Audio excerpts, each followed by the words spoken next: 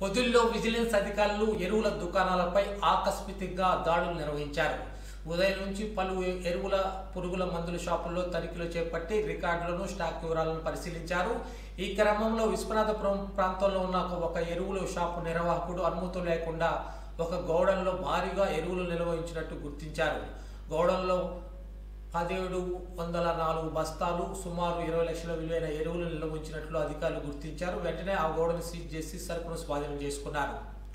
Shri Lakshmi tailors నిర్వాహకుడిపై పలు సెక్షన్ల కింద క్రిమినల్ కేసు నమోదు చేయనట్లు విజిలెన్స్ అధికారి రవిబాబు వెల్లడించారు. అక్రమంగా ఎరువుల నిల్వలు ఉంచి రైతులకు కృత్రిమ కొరత సృష్టించే వారిని ఉపేక్షించబోమని ఆయన హెచ్చరించారు. రైతులు ఇలాంటి అక్రమ చర్యలపై సమాచారం ఇవ్వాలని విజిలెన్స్ అధికారులు విజ్ఞప్తి చేశారు.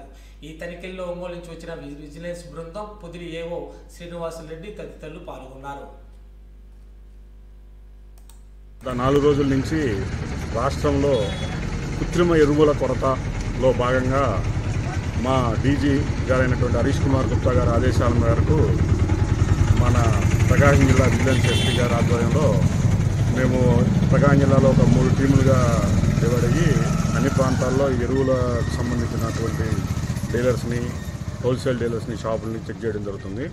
అందులో భాగంగా ఈరోజు రాబడిన సమాచారం మేరకు మా ఎస్పీ గారి యొక్క ఉత్తర్వులపై ఈ పొదిలి మండలంలో శ్రీ లక్ష్మీ టైలర్స్ వారు అనాథరైజ్డ్గా ఒక గోడౌన్ని రన్ చేస్తున్నారనే విషయం తెలిసి దాని మీద ఈరోజు ఐడెంటిఫై చేయడం జరిగింది. దాంట్లో భాగంగా మేము, మా తహసీల్దార్ గారు, మా ఎస్ఐ గారు, అదేవిధంగా మండల అగ్రికల్చర్ ఆఫీసర్ గారి ఆధ్వర్యంలో ఇక్కడ తనిఖీలు చేయగా ఏ రకమైనటువంటి అనుమతులు లేకుండా 1704 బ్యాగ్స్, సుమారు 85.15 మెట్రిక్ టన్స్ల యొక్క ఎరువులు ఇక్కడ నిల్వ ఉంచడం జరిగింది.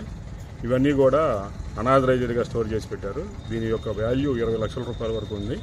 సో వీటిని ఫర్దర్ చర్యల నిమిత్తం వీళ్ళ మీద శిక్ష కేసు నమోదు చేసి జేసీ గారి కోర్టులో హాజరుపరుస్తుంది. అదేవిధంగా అనాథరైజ్డ్గా స్టాక్స్ పెట్టారు కాబట్టి వీరి మీద క్రిమినల్ కేసు కూడా నమోదు చేయడం జరుగుతుంది. ఈరోజు పొదిలి మండలంలోని పొదిలి గ్రామంలో ఉన్నటువంటి ఫర్టిలైజర్ షాపులను తనిఖీ చేయడం జరిగింది. దీంట్లో విజిలెన్స్ అండ్ ఎన్ఫోర్స్మెంట్, అదేవిధంగా మండల వ్యవసాయ అధికారి నేను పాల్గొనడం జరిగింది. దీంట్లో 4 షాపులు ఏదైతే ఉందో ఆల్రెడీ మనం చూడటం జరిగింది. అదేవిధంగా ఒక షాపులో వచ్చేసరికి అనాథరైజ్డ్గా ఏదైతే ఉందో స్టాక్స్ అనేది పెట్టడం జరిగింది. దాన్ని గుర్తించడం జరిగింది. దానికి సంబంధించి మొత్తం మనకు 20,43,975 రూపాయల